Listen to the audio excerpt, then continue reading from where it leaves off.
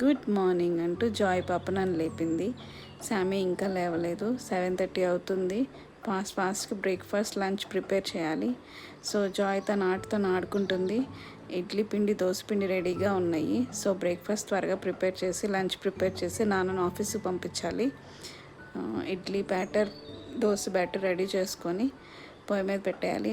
నాన్న మిల్క్ తేవడానికి వెళ్ళే ముందు ఇడ్లీలోకి దోశలోకి చట్నీ చేసి వెళ్ళిపోతారు. నేను ఇడ్లీ దోశ వేసి పొయ్యి మీద వేసి కర్రీ స్టార్ట్ చేస్తాను.